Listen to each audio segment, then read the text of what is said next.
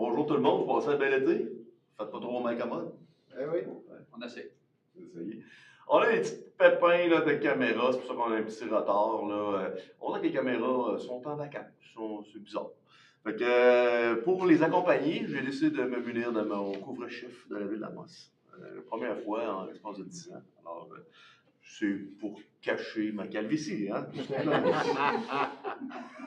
Alors, la dernière fois, on avait un carton pour remplacer notre DG. Nous autres, on innove. Alors, séance du Conseil de ville du 21 juillet, séance particulière parce que, et oui, cette année, je vais vous présenter le rapport financier 2024. C'est un petit peu tard dans l'année, hein, mais pourquoi pas faire ça l'été quand vous êtes tous à la maison pour nous regarder. Méchant de bon timing. On est d'accord avec ça? Alors, juste vous mentionner que le rapport du maire sera disponible sur le site Internet. Alors, très beau document. Je remercie toutes nos équipes qui ont travaillé extrêmement fort là-dessus. Même une petite photo du maire là-dedans. C'est magnifique. Et il y a le rapport financier. On a rencontré notre vérificateur général, M. DG, confirmé. Ouais. Tout le monde on l'a rencontré là, avant la séance. Et il nous a fait état là, des chiffres que je vais vous présenter aujourd'hui. Peut-être, il a peut-être souligné le fait qu'on est un petit peu en retard pour présenter le rapport du maire, mais c'est comme ça. Il y a plusieurs municipalités. Là. Étant donné qu'il n'y a pas beaucoup de services de firmes pour faire la vérification, on va essayer de dire un peu plus. Puis nos équipes qui sont là aussi, il n'y a rien de grave là-dedans. Ça me fait plaisir de vous présenter ça aujourd'hui. Alors, allons-y avec le rapport. On a 4 grands thèmes, là, le résultat financier, la politique de gestion de la dette, qui est très importante, le projet d'investissement et les principales réalisations. Si on va tout de suite là, dans les résultats financiers, il y a un petit indicateur qui dit que le vérificateur considère que c'est une image fidèle de la situation financière. Alors, on avait un budget prévu de 50 millions. On a réalisé un budget de 52,3 millions. Donc, on a eu plus de revenus que prévu. On a eu 2 millions de revenus supplémentaires. Donc, nos surplus sont de...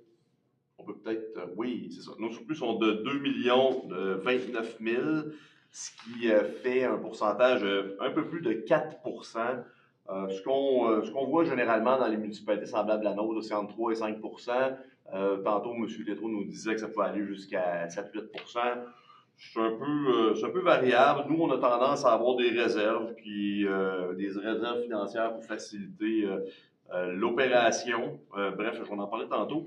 Mais ça reste que, 4,06 on est très à l'aise avec ça. Alors, les revenus sont en hausse. On a eu des permis, si on peut aller à l'autre. Ouais.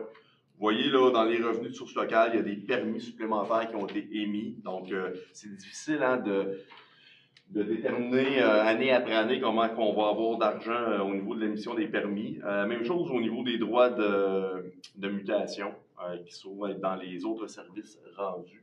Alors, c'est principalement nos écarts viennent de là. Qui n'est quand même pas de mauvaise nouvelle, c'est des revenus supplémentaires. Comme je vous dis, c'est pas toujours évident là, de bien cibler là, comment est-ce qu'on va avoir dans l'année. Puis là, quand on en a plus de ça, on est bien content. Au niveau des dépenses, on avait un budget de 50,03 millions. On a eu un petit peu plus de dépenses que prévu. On parle de 240 000 de plus. Pour avoir des dépenses finales à 50,27 millions. Qui est tout à fait raisonnable. Là-dedans, il y a eu quelques écarts, là, entre autres, en lien avec la convention collective. Il y a eu des provisions qui ont été faites au niveau des ressources humaines pour la convention collective, puis il y a eu aussi là, des variances au niveau de la rémunération pour justement là, toute l'élaboration là, de cette nouvelle convention-là. Alors, très, très, très raisonnable. Si on regarde les répartitions là, par nature, vous allez voir là, que c'est surtout là, au niveau là, des biens et services et des biens durables qu'il y a une variance. Puis encore là, c'est les mêmes honoraires que je parlais tantôt. Si on va à la politique de gestion de la dette, vous savez, on a une politique qu'on suit quand même assez sérieusement. Alors, si vous regardez là, dans le tableau, au niveau des années. Là, 2024, on a eu un écart où notre dette est rendue à 43 40 000, qui est plus basse qu'en 2023. Si vous regardez l'état de nos surplus et réserves, là, on est rendu à 10 millions. Alors, on a 600 000 de plus dans nos réserves. Vous comprendrez que l'idée d'avoir des réserves à la Ville Amos, c'est d'avoir des montants d'argent qui sont partitionnés dans notre budget où on va dire, bon, pour l'environnement, pour nos cellules OLET, pour des pompes ou des stations de pompage. Alors, c'est plus agile pour nous d'avoir de l'argent sur des dépenses qui ne sont pas nécessairement récurrentes année après année, mais qu'on sait qu'on va avoir dans les prochaines années. Ça vient stabiliser notre budget et ça nous permet, quand on a des surplus, de renflouer les réserves selon ce qu'on sait qui s'en vient. Vous comprendrez qu'on fait un budget pour un an, mais nous, on sait qu'est-ce qui s'en vient dans les 4-5 prochaines années. Alors, on joue avec nos réserves là, pour être plus agile. Si on regarde la comparaison de l'endettement net, bon, regardez surtout là, ce qui est en gris. Vous voyez là, que c'est stable là, dans les 4 dernières années. Là. Et ça, ça nous amène à nos fameux ratios. La politique sur la dette, là, il y a 3 grands objectifs. Hein. Maintenir notre endettement à un niveau raisonnable, maintenir un équilibre constant entre les dépenses qui sont financées à long terme et la durée des services qui sont offerts. Puis aussi, c'est de gérer avec prudence et avec transparence. Alors, notre premier indicateur de performance, qui est l'endettement net sur les revenus totaux réels. Je sais que vous avez eu la frousse dans les dernières années parce qu'on frôlait là, notre indicateur de performance de 120% en 2021. On vous avait dit qu'on était quand même en contrôle, qu'on allait resserrer les dépenses puis être puis gérer en faisant attention puis en allant dans l'essentiel, entre autres. Vous allez voir tantôt, mais beaucoup d'infrastructures puis de canalisation. Si vous voyez, là, depuis 2021, là, notre indicateur est à la baisse. 2024, on est très fiers de vous présenter qu'on est rendu à près de 102%, qui est presque à l'équilibre entre l'endettement et les revenus d'auto. Ça, c'est une bonne nouvelle. Et on regarde là, le graphique. Là, vous voyez l'air sous la courbe, là, on tend à se rapprocher du fameux 100% là, qui est mieux que 120, tout simplement, mais on essaie toujours d'avoir le moins de dettes possible, mais en même temps, on a des obligations qu'on veut s'assurer que nos bâtiments, nos infrastructures sont de qualité. Alors, le deuxième indicateur, c'est le service de la dette sur les charges totales. Bon, vous voyez ici, l'indicateur, c'est 15,5% avant de crier, d'être hors norme par rapport à notre politique. Là, on est à 14,8. La vraie raison en arrière de tout ça, c'est que le service de la dette a augmenté beaucoup plus rapidement que les charges de l'exercice. Et ça, c'est causé en partie par l'augmentation des taux d'intérêt. Vous avez vu, on l'a tous vu dans les dernières années, l'augmentation des taux. Et ça a un impact direct sur notre remboursement de service de la dette. On le savait que ça allait augmenter. Je suis encore content qu'on soit en bas de l'indicateur de performance. Ça reste qu'on n'est pas à l'abri. C'est un indicateur qu'on n'a pas de contrôle. C'est le taux directeur de base qui vient influer. Alors, le prochain, lui, je vais le passer vite pour un peu moins pertinent. Dans les conclusions, alors, ratio d'endettement total, on a une baisse de 11% en 2024. Notre indicateur de performance est rendu à 102, donc sous contrôle, qui est normalement, on vise à être en dessous de 120.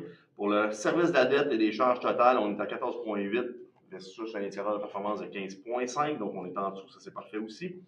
Ce qu'on me dit, c'est qu'on est en train de renégocier des prêts à long terme et que les taux d'intérêt se sont réajustés, donc c'est meilleur aujourd'hui que ce l'était il y a 1 an, 2 ans, 3 ans, et ça tend à s'améliorer aussi.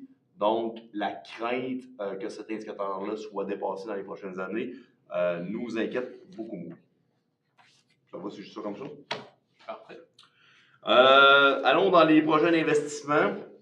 Et là, j'espère que je ne me répéterai pas trop, là, mais c'est le moment où on va se donner une tape dans le dos, puis on va vous dire un peu qu'est-ce qu'on a fait, parce que des fois, on fait des projets, puis ça se fait vite, ou c'est dans des secteurs de la ville qu'on fréquente un peu moins. Alors, dans les projets d'investissement, on a fait la réfection de la 2e avenue S, eau potable et égout, gros projet de 5 millions. On a acquis un bâtiment pour le refuge des animaux là, à près de 700 000 $. On a agrandi le garage à l'aéroport pour pouvoir mettre, entre autres, les équipements pour le déglaçage des ailes d'avion, mais aussi pour une station météo. On a fait un petit peu d'équipement dans les parcs, 300 000. On a aussi mis en place une portion du parc industriel géotérrien. Ça avance très, très bien. On a fait des acquisitions aussi de terrain pour la place publique. On est à veille de lancer, que j'ai bien hâte. Mais on a racheté des terrains pour pouvoir faire du stationnement et des terrains pour faire du logement social. On a fait différents projets, là, des voies actives, des pompes de télémétrie, juste pour vous dire qu'on travaille fort. Alors, si on regarde les investissements, on a investi 9,150 000 $, donc 9 millions. C'est quand même une bonne année. Là-dedans, là, il y a beaucoup d'infrastructures, un petit peu de bâtiments. On a roulé là, dans les dernières années à 15, 16, 17 millions. Cette année, on a fait un petit peu plus attention. Et si on regarde le tableau sommaire des investissements, ben, c'est 6,8 millions qui a été porté sur la dette. Le reste, c'était des subventions ou des surplus qui ont été utilisés. Dans les principales réalisations, au niveau de l'habitation, ça, il faut le mentionner parce qu'on a un fort déficit en habitation, mais juste vous montrer qu'on est structuré, là, puis qu'on a un plan d'action. On a révisé la réglementation pour encourager la densification douce de nos constructions, des différents types de logements. Je pense que vous avez pu noter, là, entre autres, là, sur la rue des Pins, qu'il y a eu des bâtiments qui se sont ajoutés des étages. De densifier, là, ça fait du sens. C'est les orientations du gouvernement. Et en même temps, ben, ça vient donner des unités, puis pas augmenter nécessairement le réseau. Les voies et tout ça. On a fait de la diversification et de la bonification de terrain résidentiel, entre autres dans Amos. On a fait un don de terrain pour un comité qui travaille sur des logements sociaux. On a érigé le Centurion. On ambitionne d'en faire un deuxième. Celui-là serait sur la 3e avenue Ouest. Puis on a fait aussi un don de terrain pour le regroupement innovant pour les impressions d'immeubles durables. Ça, c'est les fameux immeubles imprimés en 3D à base de ciment. On a été sélectionnés là, par un consortium de Cégep du Québec et de Centre de technologie, de transfert technologique. Et ça avance bien. On me dit là, que le projet pourrait voir le jour quand même assez rapidement. L'impression, l'imprimante 3D est achetée par le consortium. Puis on va avoir visiblement la première maison 3D imprimée là, au Canada. Alors ça, c'est vraiment le fun de participer là, à la recherche et le développement. On a fait plusieurs rencontres avec des promoteurs immobiliers, là, dont DevCore pour stimuler le développement résidentiel. Souvent, c'est beaucoup de travail, c'est beaucoup de discussions. On sent quand même que ça porte fruit et qu'il y a des choses qui vont se construire dès cette année. Dans les infrastructures, on a fait la réfection complète de la 2e avenue S, de la rue principale jusqu'à la 4e rue S. On a donné un mandat à Norinfra, c'est important de le dire, pour évaluer les options pour le réservoir d'eau potable. Ça aussi, on a vraiment un plan d'action. En fait, on n'a pas un plan d'action, on a une solution pour pouvoir régler le problème du réservoir, c'est de le sécuriser et de limiter les infiltrations. C'est un projet de 4,2 millions. On est à se questionner comment est-ce qu'on peut le financer. Présentement, il n'y a pas de subvention du gouvernement pour nous aider. Ça reste qu'on est quand même en bonne position pour le prochain conseil de ville là, pour pouvoir prendre des décisions éclairées sur le sujet.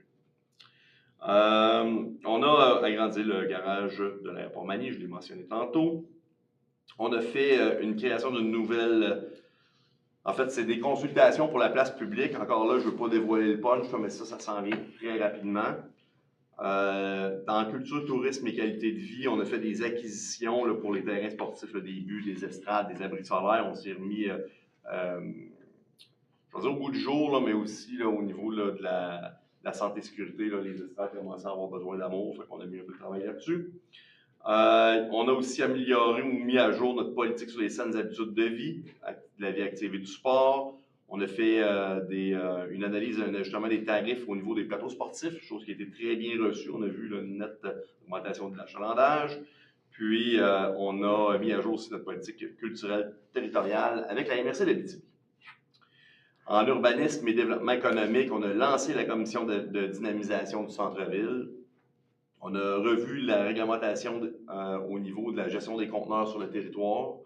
On a aussi soutenu la revitalisation du site de l'ancienne usine de Résolu, qui est maintenant propriété de Minéraux stratégiques Abitibi, projet qui avance quand même relativement rapidement. Puis on a mis en place notre programme d'aide de développement économique qu'on avait mis de côté un petit peu, mais qu'on a relancé là, pour aider là, nos entreprises. On a adapté notre première politique de développement durable de la ville, politique que ça fait longtemps qu'on parlait, qui là est adoptée. Puis on a acquis un immeuble pour le service animalier. C'était un dossier qui était important. C'était difficile d'avoir un service qui était représentatif des nouvelles normes et lois du gouvernement du Québec, d'avoir notre bâtiment et d'avoir un OBNL qui l'opère. C'était une de nos réalités, puis on le fait. Ça va bien. Je ne sais pas si vous avez des choses que vous voulez rajouter ou des commentaires à apporter. J'ai fait ça vite, là, mais le rapport est disponible. Si tout est beau de votre côté, je vais quand même aller en conclusion. En conclusion, là, on a un surplus de 2 millions. On considère que c'est un bénéfice qui est quand même très acceptable par rapport aux municipalités là, de l'envergure à l'échelle du Québec. On a eu un écart au niveau de nos dépenses, donc une petite augmentation de dépenses. On a eu une plus grande augmentation de nos revenus. Puis, on vous annonce, on est fiers de vous annoncer aujourd'hui qu'on va réaffecter 1 million sur la dette. Fait, ce que vous avez vu comme indicateur de performance, ben, ça va être encore amélioré pour l'année prochaine parce qu'on va venir diminuer notre dette de 1 million. Pourquoi qu'on fait ça? Je pense que je peux le mentionner, là. À la veille des élections, on aurait pu décider de faire des projets, on aurait pu décider là, de le mettre dans des réserves ou de l'imputer dans notre budget. On a décidé que c'était plus judicieux de donner de la marge, de laisser les finances publiques de la ville en encore meilleures conditions à l'aube des élections. Puis le prochain conseil, ben, aura le loisir d'avoir un peu plus de marge de manœuvre là, pour prendre ses décisions pour les 4 prochaines années. Je pense que c'est comme ça qu'on voulait le présenter. C'est quand même, pour peu dire, c'est la première fois qu'on fait ça là, dans les 10 dernières années. Malgré le fait que nos indicateurs de performance s'améliorent, on continue quand même d'être soucieux de notre dette. Voilà. Est-ce que ça vous va? Oui. Je tiens à remercier tout le monde qui ont travaillé sur le rapport, sur les chiffres, féliciter le conseil aussi qui a travaillé très fort là, dans la dernière année. Je considère qu'on gère bien. On travaille extrêmement fort sur nos infrastructures, nos bâtiments, nos canalisations. C'est peut-être pas aussi sexy qu'on le voudrait. Hein? C'est pas des nouvelles infrastructures, des nouveaux parcs, mais ça reste que pour nous, c'était important. Avec l'augmentation des coûts qui sévissent, tout coûte plus cher. On voulait s'assurer que nos infrastructures étaient de qualité pour longtemps. Puis, il n'est pas question qu'on fasse du laxisme puis qu'on repelle par en avant. On a pris ça sérieusement, puis on investit dans dans des choses qui sont importantes, mais des fois un petit peu moins sexy. Voilà. Alors, je vais être prêt à adopter l'ordre du jour. Je vais faire la proposition de l'ordre du jour. Monsieur le maire en a ajouté 4.27, autorisation de signature d'un acte de vente. Bien sûr. Alors, en point 3, c'est le procès verbal de la séance ordinaire du 6 juin. La proposition. Je vais l'appuyer. Excellent. En 3.1, c'était la séance extraordinaire du 7 juillet. J'en fais la proposition. Je vais l'appuyer. Merci beaucoup. En 3.2, ben, c'est le dépôt du rapport financier du vérificateur qu'on a eu tantôt. J'ai un proposeur. Vous avez une proposition? Bon, on m'a dit que ça prenait une proposition. Je vais en faire la proposition. Merci beaucoup. C'est pour le prochain. Alors, en 3.3, c'est le dépôt du rapport de la situation financière, le rapport que je vous ai présenté. Je vais proposer que le rapport soit publié, M. le maire, sur le site Internet de David. Je vais appuyer. Excellent, merci beaucoup. Et en 3.4, on est rendu à la période réservée à l'assistance. M. Junot, avez-vous des questions ou vous attendez à la fin comme d'habitude? Je garde tout ça pour la fin. C'est parfait. Mais je vous pose toujours la question quand même. En administration générale, on a 4 dérogations mineures. Monsieur Lé. Oui, M. le maire, donc en 4.1, c'est une demande de dérogation mineure pour Mme Véronique Nadeau. C'est pour l'immeuble situé au 64 chemin du lac Arthur Nord. C'est pour la construction d'un garage isolé sur la propriété. Donc, les propriétaires désirent construire sur la propriété un garage isolé avec une marge de recul avant à 1,1 mètre, alors que pour règlement zonage, normalement, dans cette zone-là, ça devrait être un bâtiment accessoire de 15 mètres.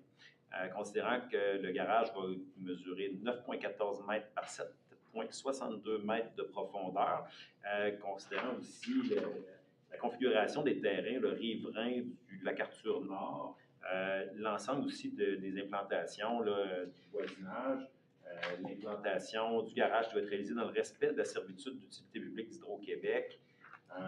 Donc, compte tenu aussi du caractère mineur de dérogation là, et du bâti aux alentours, je vais proposer d'accorder la demande de dérogation mineure au règlement de zonage produite par Mme Véronique Nadeau. Je vais appuyer. Le tout conditionnel à ce que l'implantation du garage soit réalisée dans le respect de la servitude d'utilité publique dont j'ai parlé tantôt.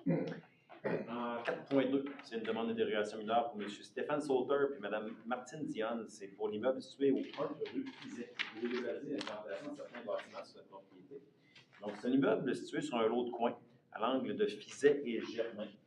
Les propriétaires désirent régulariser l'implantation de certaines constructions sur la propriété. Donc, notamment, la marge de recul avant de la résidence par rapport à la rue Fizet à 5,76 mètres, alors que ça devrait être 6,10 mètres. Permettre qu'une remise soit située en cours avant, fixer le nombre de bâtiments accessoires sur la propriété à 4 et fixer la superficie totale de l'ensemble des bâtiments accessoires sur la propriété à 80 pour 94 mètres carrés, alors que c'est 80 mètres carrés. On s'entend que c'est quand même un petit écart. La résidence a été construite en 1986 avec un permis de construction, donc il y a lieu de présumer de la bonne foi des propriétaires pour ce qui est des marges de recul. La dérogation avec ces marges de recul-là ne porterait pas atteinte à la jouissance ou de propriété des voisins. Ceci dit, par contre, la remise qui est en cours avant est facilement déplaçable. Donc, compte tenu de tout ça et ayant pris connaissance de la recommandation du comité consultatif d'urbanisme, je vais proposer d'accorder la demande de dérogation mineure au règlement de zonage produite par Maître Sylvie Gagnon au nom de M. Stéphane Sauter et Mme Martine Dionne pour ce qui est fait de fixer la marge de recul de la résidence unifamiliale à 5,76 mètres et de refuser les demandes ayant pour objet de permettre la remise en cours avant soit située en cours avant et aussi de fixer le nombre de bâtiments accessoires à 4 au lieu du 3 qui est réglementaire. Je vais l'appuyer. Merci, M. Rioux. En 4.3, c'est une demande de dérogation mineure de M. Jacqueline Lambert concernant l'immeuble situé au 161 et 163 4e Avenue Ouest. C'est pour régulariser l'implantation de la résidence sur la propriété. Donc, ici, on parle d'une propriétaire dont la marge de recul latérale ouest est à 0,64 mètres, alors que dans cette zone-là, normalement, le zonage prévoirait une marge latérale de 1 mètre. C'est une résidence qui a été construite en 1941, donc vous comprendrez que, encore là, il y a lieu de présumer de la bonne foi des propriétaires de l'époque lors de la construction. La dérogation ne porte pas atteinte à la jouissance du droit de propriété des voisins et est construite depuis de nombreuses années. Exiger aux propriétaires de respecter la réglementation serait difficilement envisageable. Donc, je vais proposer d'accorder la demande de dérogation mineure au règlement de zonage produite par Mme Sally Lambert au nom de M. Jacqueline Lambert, ayant pour effet de fixer la marge de recul latérale ouest de la résidence à 0,64 mètres, conditionnellement l'obtention par l'immeuble d'une servitude de vue portant sur la propriété voisine. Je peux l'appuyer. Et en 4.4, Tenez bon, j'ai presque terminé. Dérogation mineure de Mosaïque du groupe SNC, c'est pour un terrain situé sur la première avenue pour la construction d'un immeuble multifamilial de 14 logements. Donc, c'est un terrain qui est encore là, situé sur un lot de coins, ce qui amène un certain niveau de défi.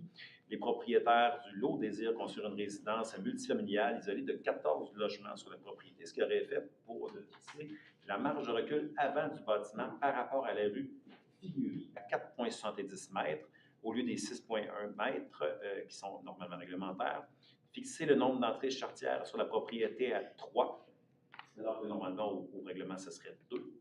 Permettre l'aménagement du stationnement sans qu'il y ait un îlot de verdure sur l'ensemble du pourtour du stationnement et fixer le nombre de cases de stationnement à 18, alors que normalement au règlement de zonage, on prévoit pour ce type d'habitation-là un ratio de 1,5 cases par logement, donc 21 cases dans le cas présent.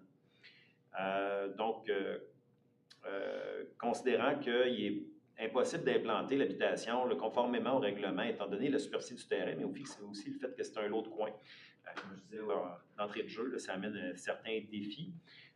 Puis les propriétaires prévoient la construction d'un deuxième bâtiment sur le terrain adjacent dans une phase subséquente et que donc l'application du règlement cause un préjudice sérieux au requérant, considérant aussi que la demande et c'est un projet d'aménagement intégré. Donc, il y aurait un deuxième bâtiment qui va venir intégrer, dans le fond, l'ensemble de ces petites dérogations-là ensemble, dans un ensemble harmonieux. Donc, ayant pris connaissance de tout ça et de la recommandation du Comité consultatif d'urbanisme, je vais proposer d'accorder la demande de dérogation mineure au règlement de zonage produite par M. Ricky Boulanger au nom de Mosaïque Groupe SNC, ayant pour objet la construction d'une résidence multifamiliale isolée de 14 logements sur la propriété. Je vais l'appuyer. Merci beaucoup. En 4.5, c'est un plan d'implantation et d'intégration architecturale. Madame Michaud. Merci, Monsieur le maire. La société en commandite Place Centre-Ville d'Amos est propriétaire de l'immeuble situé au 82 première avenue Est à Amos. Et l'immeuble abrite le restaurant Mia Pasta. Et les propriétaires de Mia Pasta décident de procéder à la modification de la verrière du restaurant. Le plan proposé, c'est l'installation d'un nouveau revêtement de tôle de couleur charcoal fusain avec attache dissimulée sur le toit de la verrière ainsi que sur une petite section à gauche de la face du commerce. L'installation d'un nouveau revêtement de panneaux fini bois de type Parflex Proderma, couleur rustique sur la section droite de la façade. L'installation de nouvelles vitrines thermosclaires avec structure en aluminium clair et le remplacement des vitrines de la section gauche de la verrière par des panneaux d'aluminium Alutec blanc et ce même revêtement se poursuit sous les vitrines. Considérant l'esthétisme du projet qui améliorera de façon importante l'aspect général du bâtiment et que les matériaux choisis s'harmonisent avec ceux déjà en place sur le bâtiment et que le plan proposé répond aux critères établis par le règlement, je propose d'approuver le plan d'implantation et d'intégration architecturale présenté par M. Alain Blanchette au nom de Place Centre-Ville d'Amos. Je l'appuie. Merci beaucoup. En 4.6, c'est une autorisation de signature d'un acte de vente. M. Bédard. Oui, Monsieur le maire. Donc, considérant que l'entreprise 90-64-36-51 Québec Inc. et Roy Excavation Incorporée ont offert d'acheter à la Ville le lot 6 426 274 du cadastre du Québec au prix de 1,9 $ le pied carré, taxe en su. Donc, je vais proposer d'accorder, de vendre à l'entreprise 90-64-36-51 Québec Inc. et Roy Excavation le dit lot au prix de 1,9 $ le pied carré, taxe en su, payable comptant lors de la signature de l'acte notarié, et d'assujettir cette vente aux diverses conditions et modalités contenues dans les ventes de terrains municipaux à Amos. D'autoriser le directeur général à convenir au nom de la Ville de toute autre condition et modalité jugée pertinente, d'autoriser le maire ou le maire suppléant et la greffière ou greffier adjoint de signer pour et au nom de la Ville l'acte de vente donnant effet à la présente résolution, de même que tout avant-contrat, le cas échéant, et d'abroger la résolution 2025-290, son objet étant périmé par l'adoption de la présente résolution. Je vais l'appuyer.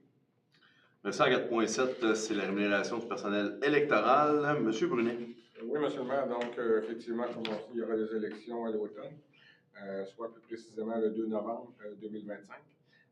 Considérant que la présidente d'élection doit procéder à la nomination de personnel électoral qui vont être affectés justement au bureau de vote, que la rémunération de ces personnes peut être fixée par le conseil municipal.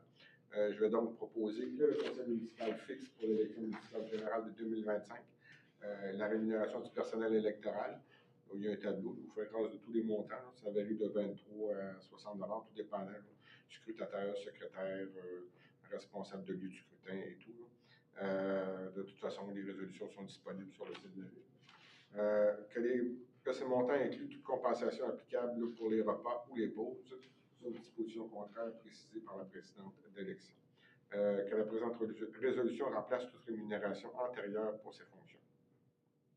Je vais appuyer. Merci beaucoup. En 4.8, c'est des signatures d'entente de contribution financière. M. Bédard. Oui, M. le maire. Donc, considérant que la Ville a adopté le règlement VA 1156 établissant un programme d'aide financière au développement économique et que les entreprises ci-dessous mentionnées répondent aux critères du programme, que la proposition du projet aura un impact favorable au niveau du développement économique ou encore à la diversification économique. En conséquence, je propose d'autoriser la signature des ententes de contribution financière avec les entreprises suivantes. Rise Production pour 5 000 $, OP Services miniers pour 7 500 $ et d'autoriser le directeur général à convenir au nom de la Ville de toutes les autres conditions, modalités jugées pertinentes. Je vais appuyer. Merci beaucoup. En 4.9, c'est un dépôt dans le fonds Région et Ruralité, volet 4. M. Rioux. Oui, Monsieur le maire. Considérant que la moitié des résidences du territoire de la MRC d'Abitibi disposent d'un système de traitement individuel de boue de fosse septique, ainsi que le règlement sur l'évacuation et le traitement des eaux usées des résidences isolées prévoit l'obligation de vidange des fosses septiques résidentielles aux 2 ans pour les résidences permanentes et aux 4 ans pour les résidences secondaires. Ainsi, la région de l'Abitibi-Témiscamingue compte 2 sites de traitement de boue de fosse septique, un situé à la MRC Abitibi-Ouest et l'autre dans la vallée de l'Or. Considérant que le site de la MRC Abitibi-Ouest est en mesure d'accueillir les boues septiques de son territoire uniquement et que le site de la MRC de la vallée de l'Or est en voie d'atteindre la limite de ses capacités. Donc, le coût de vidange des fosses septiques a augmenté considérablement dans les dernières années. Les élus de la MRC d'Abitibi ont décidé en 2021 d'adresser la situation en créant un comité de gestion des boues de fosses septiques dont le mandat consiste à analyser les différentes alternatives possibles de gestion des boues septiques sur le territoire. En 2023, la table des conseillers de comté a autorisé la réalisation d'une étude de faisabilité portant sur l'évaluation des possibilités de gestion des boues de fosses septiques. Ainsi, les analyses préliminaires démontrent la viabilité d'un projet de traitement des boues de fosses septiques. Il y a lieu de lancer les prochaines étapes menant à l'implantation d'un site territorial de traitement des boues de fosses septiques. Par conséquent, je propose que la Ville d'Amos confirme son intention d'entreprendre une démarche de réflexion, de regroupement en vue de la mise en place de sites de gestion de boues de fosses septiques territoriales, de désigner la MRC d'Abitibi comme responsable du dossier de regroupement, d'autoriser la MRC d'Abitibi de déposer le projet de fonds Région et Ruralité, volet 4. Je vais l'appuyer. Merci beaucoup. En 4.10, bon, c'est un autre dépôt, M. Brunet. Oui, Monsieur le maire. Effectivement, considérant que le territoire de la MRC est desservi par 6 services de sécurité incendie. Ça, c'est bon. Chargé d'assurer la protection incendie de la population de la MRC. Qu'une étude qui porte sur la réorganisation des services de sécurité a été réalisée en 2014, sans mener à des changements à ce jour. En 2024, les municipalités disposant de services de sécurité d'incendie ont relancé le dossier, en raison notamment des défis qui se présentent à eux en matière de sécurité d'incendie. Considérant que les municipalités se sont positionnées favorablement par résolution à la réalisation d'une étude d'opportunité et que la table des conseillers de comté a autorisé la réalisation d'une étude d'opportunité portant sur l'optimisation des ressources en 2024 et que l'étude d'opportunité propose des recommandations préliminaires sur les possibilités de mise en commun pour le territoire de la MRC et qu'il y a lieu d'approfondir les recommandations préliminaires en poursuivant les démarches avec l'ensemble des municipalités. Je vais donc proposer que la Ville d'Amos confirme son intention d'entreprendre une démarche de réflexion, de regroupement pour la mise en commun des services en sécurité incendie et de désigner l'AMRC d'Abitibi responsable du projet de regroupement et d'autoriser également l'AMRC à déposer le projet au Fonds Région Pluralité vol 4. Je l'appuie. Merci beaucoup. En 411, c'est une demande d'aide financière de la centrale Coworking. Monsieur Bédard. Oui, monsieur le maire. Donc, considérant que la centrale Coworking désire réaliser un projet de salle créative dans ses locaux et que pour réaliser le dit projet, la centrale Coworking entend solliciter une contribution financière dans le cadre du programme Fonds structurant de la MRC Abitibi et que l'admissibilité du projet est sujette à l'appui de la Ville. Je propose donc en conséquence d'appuyer la centrale Coworking dans son projet de déposer dans le cadre du programme Fonds structurant de la MRC d'Abitibi. Je vais l'appuyer. Merci. En 412, c'est une autorisation de dépôt dans une demande de fonds structurants. Monsieur Brunet. Oui, monsieur le maire. Donc, la Ville d'Amos souhaite favoriser l'accessibilité à la lecture et à la culture, notamment par le biais d'activités extérieures et de proximité.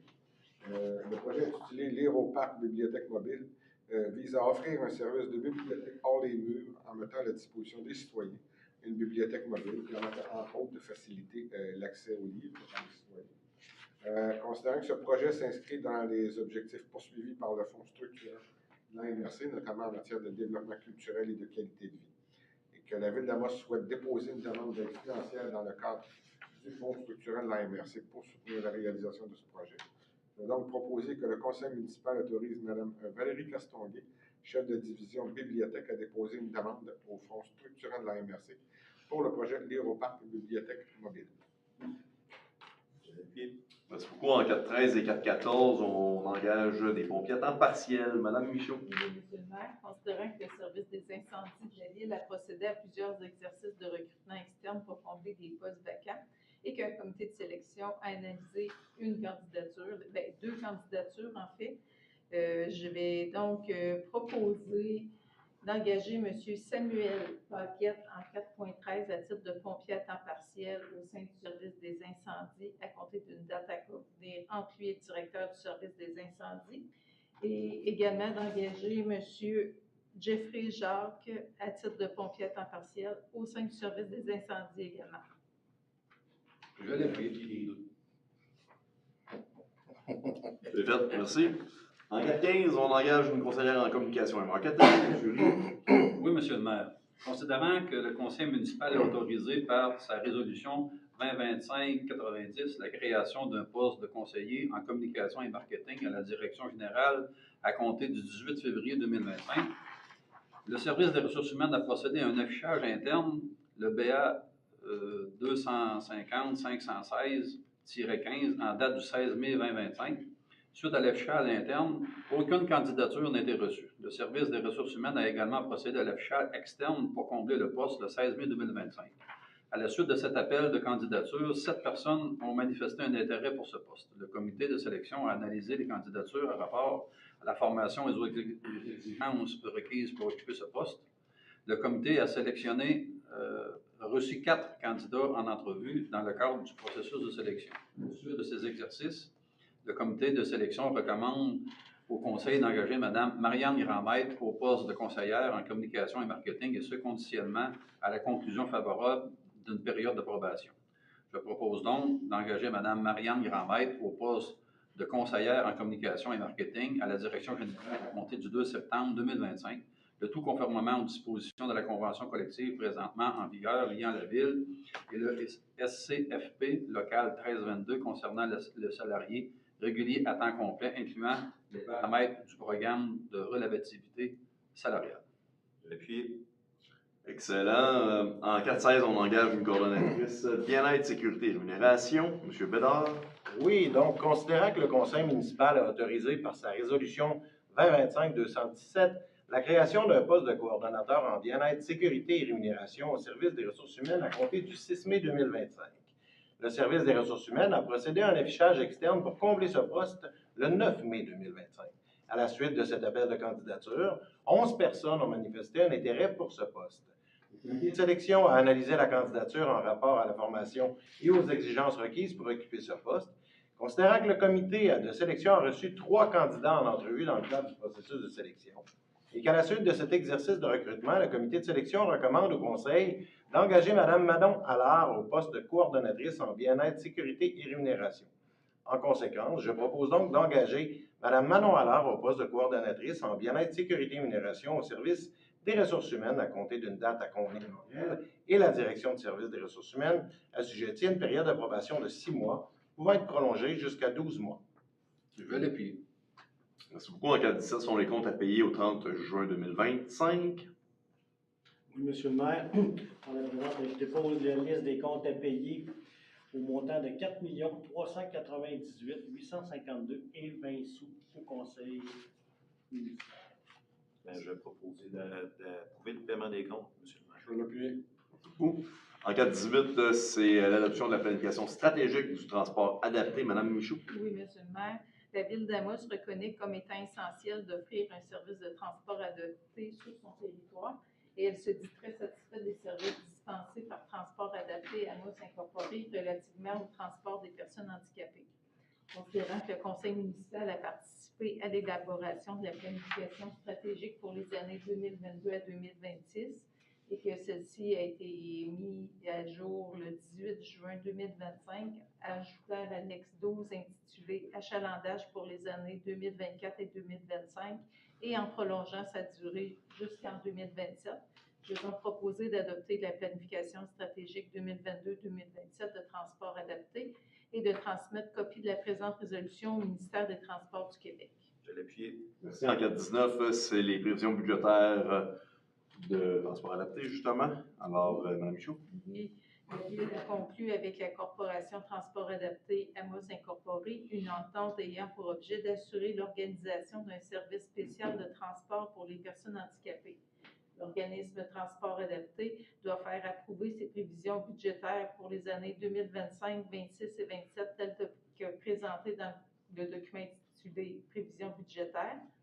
Donc, je propose d'approuver les prévisions budgétaires de 2025 à 2027 de transport adapté, telles que présentées dans le document budget triennal transport adapté Amos PSTA 2025, qui a été adopté le 17 juin 2025, de confirmer au ministère des Transports du Québec l'engagement de la Ville d'Amos de contribuer financièrement pour un minimum de 20 du budget de référence, soit une contribution financière de la Ville de 123 500 pour 2025, de 133 500 pour 2026 et également 133 500 pour 2027.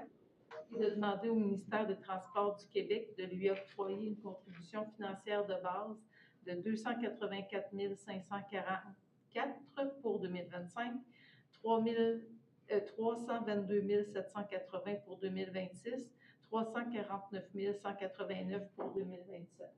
Dans le cadre du programme de subvention de transport adapté et d'approuver la tarification proposée pour les années 2025 à 2027 et de transmettre également la copie de la présente résolution au ministère des Transports du Québec. Je vais l'appuyer. Merci beaucoup. En cas de 20, c'est une demande d'aide financière pour le soutien du transport adapté. Mme Michaud. Et la Ville d'Amos a confié à Transport adapté, organisme délégué, la responsabilité d'organiser le transport adapté pour l'ensemble des municipalités du territoire depuis 1992. Attendu que la Ville prévoit contribuer financièrement à hauteur de 123 500 pour le transport adapté en 2025, 133 500 en 2026, 133 500 en 2027 et que le service de transport adapté a réalisé 12 307 déplacements en 2024 et prévoit en effectuer 13 680 en 2025, 15 048 en 2026 et 15 800 en 2027.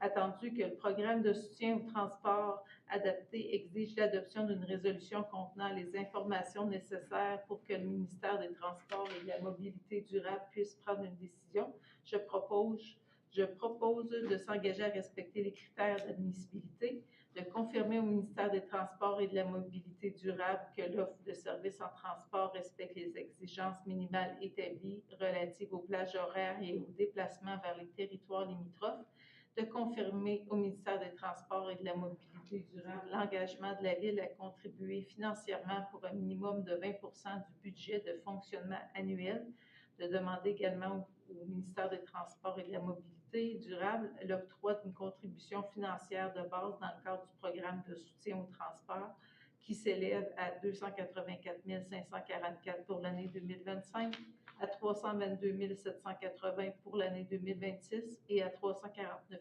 189 pour l'année 2027. D'ajouter à cette subvention de base une allocation spécifique pour les déplacements hors territoire et d'autoriser le directeur général et la greffière de la Ville d'Amos à signer tout document nécessaire pour donner plein effet à la présente résolution, de transmettre une copie de la présente résolution au ministère des Transports et d'abroger la résolution 2024-469, son objet étant périmé par l'adoption de la présente. Je vais l'appuyer. Merci beaucoup. En 4.21, c'est une contribution financière pour une mise à niveau des équipements. M. Brunet. Oui, monsieur le maire. Donc, le Centre de services scolaires Aricano a entrepris un projet de remplacement des équipements gymnastiques de la palestre de l'école secondaire polyvalente de la Forêt. Ces équipements sont utilisés notamment pour les groupes récréatifs en fin de semaine, ainsi que le camp de gymnastique de filles chapeautées par la Ville. La Ville utilise ces installations dans une proportion estimée de 15 à 20 du temps d'occupation. La proposition déposée par la commission, le Centre de services scolaires, incluait une ventilation détaillée et réalisée des coûts. Les travaux ont depuis été réalisés. En conséquence, je vais proposer d'autoriser le versement d'une contribution financière de 20 000 au Centre de services scolaires Aricana pour la mise à niveau des équipements de gymnastique de la palestre de l'école secondaire polyvalente de la Forêt. De prélever ce montant amène la réserve financière sport, loisirs, culture et tourisme et de verser la contribution directement au Centre de services scolaires. Je l'ai appuyé. Merci beaucoup. Pour avoir une fille qui a fait de la gymnastique pendant quelques années, je peux vous garantir que c'était dû. Malheureusement, pour ne pas en profiter, mais c'était dû. En 422, Fonds Ruralité Région Volet 4, M. D. Monsieur le maire, donc les organismes municipaux de Berry, Saint-Dominique-du-Rosaire, Sainte-Gertrude-Manneville et Cesson Saint-Félix-de-Dalquier désirent présenter un projet de mise en place de services de prévention résidentielle assuré par le service des incendies de la Ville d'Amos pour les municipalités participantes dans le cadre du volet coopération et gouvernance municipale du Fonds Région Ruralité. Donc, je vais proposer que le conseil provisoire de la Ville d'Amos s'engage à participer au projet, que le conseil provisoire accepte d'assumer une partie des coûts, à savoir la part minimale exigée dans le cadre du programme, que le conseil accepte d'agir à titre de l'organisme responsable, d'autoriser les coûts du projet dans le cadre du volet coopération et gouvernance municipale du Fonds Région et Ruralité, sous-volet coopération intermunicipale, et d'autoriser maire suppléant, directeur général à signer tout document relatif à cette demande d'aide financière. Je vais l'appuyer. Merci. En 423, c'est un contrat pour des services professionnels. M. Rioux. Oui, monsieur le maire.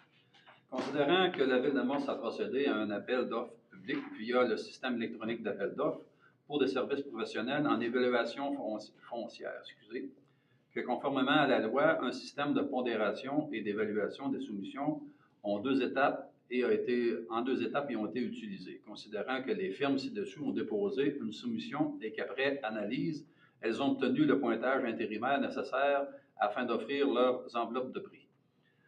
Le premier soumissionnaire était Servitec au montant de 3 608 478 avec un pointage final de 82,3 et la firme Evinbec 2 799 465 avec un pointage de 80,1.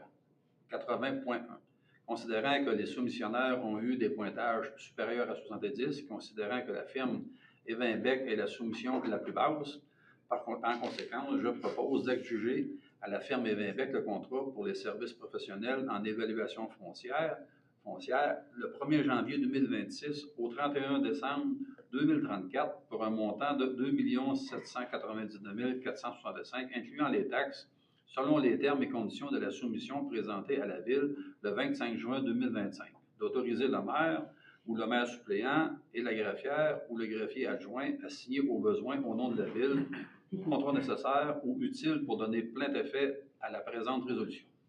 Je vais appuyer. C'est un gros contrat.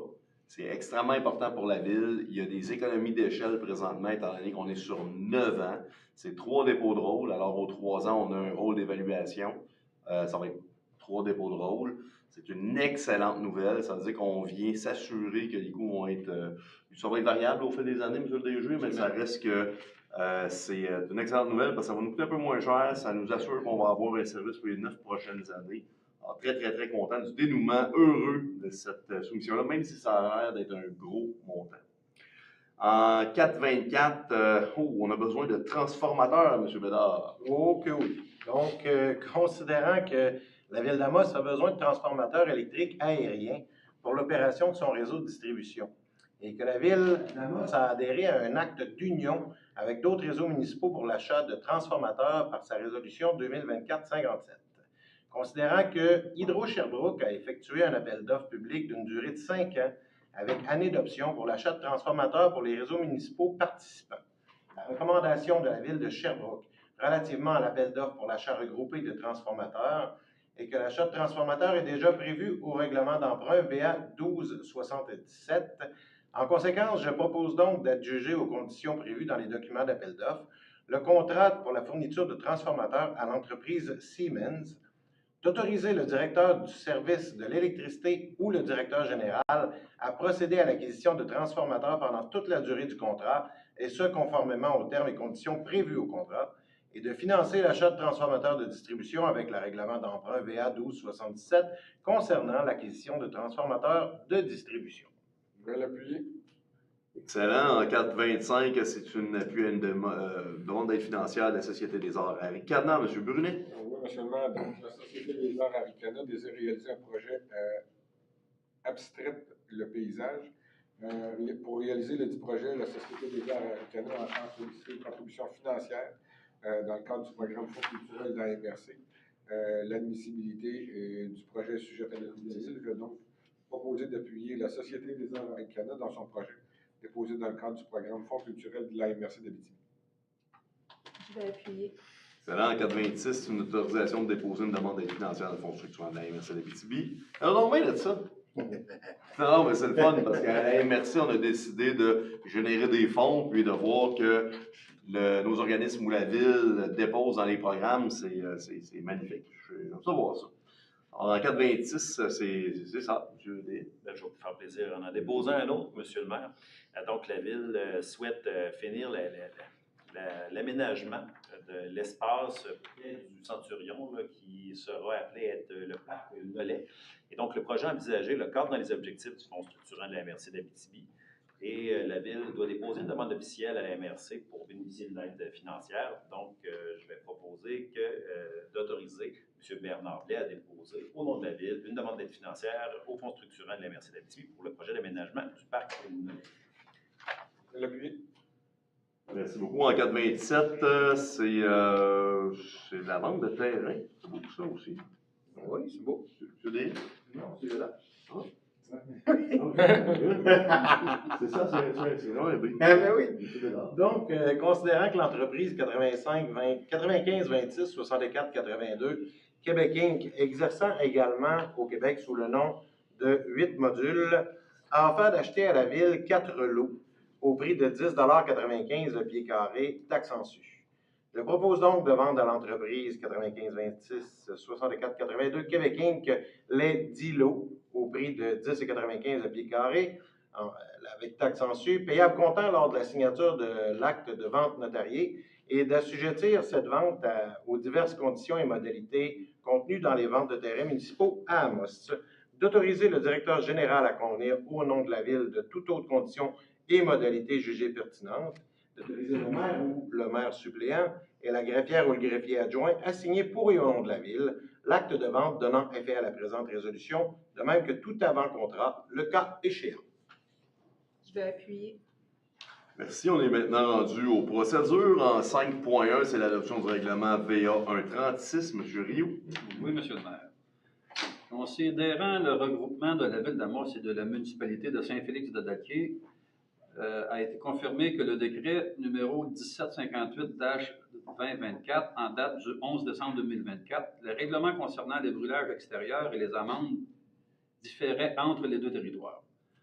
Donc, il y a lieu d'harmoniser les dispositions des règles numéro 308 de l'ancienne municipalité de Saint-Félix-de-Dalquier et VA 1255 de l'ancienne ville d'Amos, réunissant respectivement le brûlage extérieur. En conséquence, le Conseil juge dans l'intérêt des citoyens de la Ville de moderniser et d'uniformiser la réglementation relative au brûlage extérieur. En vertu de la loi 62 sur les compétences municipales, RLRQ C47.1, une municipalité peut adopter des règlements en matière de sécurité. Considérant la gestion des brûlages, que la gestion des brûlages n'est pas soumise à l'obligation d'obtenir un permis de brûlage tel que prescrit par l'article 135 de la loi sur les forêts.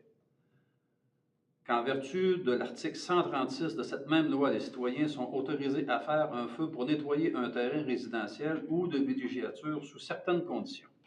Considérant que les feux d'herbe, de broussailles et les feux en plein air hors contrôle constituent un danger pour la population, les habitations et la forêt et peuvent entraîner des pertes considérables. Ainsi, la municipalité désire réduire les coûts des interventions du service de sécurité d'incendie et sensibiliser sa population. En conséquence, je propose d'adopter le règlement VA1-36 visant à harmoniser les règles relatives au brûlage extérieur sur le territoire regroupé de la ville d'Amos. Merci. En 5.2, c'est le règlement VA 1-37, M. Brunet. Oui, M. le maire. Donc, le Conseil juge opportun d'imposer l'installation d'un compteur d'eau pour tout nouveau bâtiment de type commercial, industriel, institutionnel ou à usage mixte dès l'entrée en vigueur du présent règlement modificateur. Je vais donc proposer d'adopter le règlement VA 1-37 concernant l'imposition d'une compensation relative au service de l'eau pour l'exercice financier 2025. Je vais l'appuyer. Excellent. On a un petit avis de motion, M. Deshaies. Oui, je donne avis de motion à l'effet d'un projet de règlement VA 1-38 concernant l'octroi d'un permis aux fins de construction d'un centre de petite enfance sur un lot. Et puis ce règlement sera présenté pour adoption au cours d'une prochaine séance. Oh, ça, c'est le fun. C'est un teaser, M. le maire. Ouais, OK, il n'y a pas de dons et subventions. On va aller dans les informations publiques. Statistiques de la construction en juin 2025. Alors, on est présentement à 114 permis comparé à 95 l'année passée pour le même mois. Des montants de 2 millions. L'année passée, c'était 1,7. Fait qu'on a un bon mois de juin. Si on regarde là, année à date, on est rendu en émission de permis en valeur de près de 20 millions comparé à 34 millions. On se souviendra qu'il y avait le Amos Toyota l'année passée. Alors, ça va quand même pas si mal. Puis, je répète encore, là, mais il y a encore des belles choses qui s'en viennent. Alors, ne soyez pas trop sévères envers le peu de bâtiments qui se construisent présentement. J'ai eu un peu de commentaires comme quoi il n'y avait pas beaucoup de pépines. Puis, mais écoutez, il y a des belles choses qui s'en viennent. Soyons positifs. Sinon, on est rendu à la période d'assistance. M. Junot. Oui, il y avait vitalisation du centre-ville, après ça 4-1, 4-4, 4-9, 4-9, 4-9. Wow. Je vais utiliser mon règlement sur l'ordre dans les tenues. Vous me donnez 5 minutes, 3 questions maximum. C'est une blague. Tu dois avoir des questions. C'est une blague. OK. Alors, vitalisation. Oui. Centre-ville. Mais après ça, vous avez dit 4. 4-1, Oui. 4-4, 4-9, 4-13, 4-15, 4-27, puis 5-3.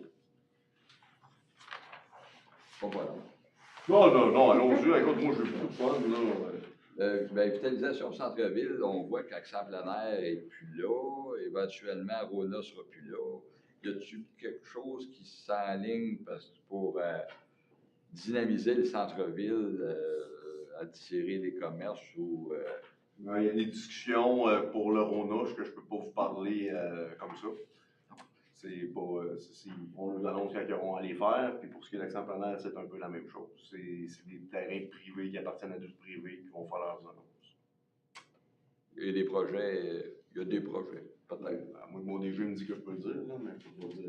Non, c'est ça. Bon, ça sera plus tard pour leur poser. Eh oui. 4-1, c'est juste pour... c'est une marge de recul avant. On parle de 1,1 mètre. La norme était 15.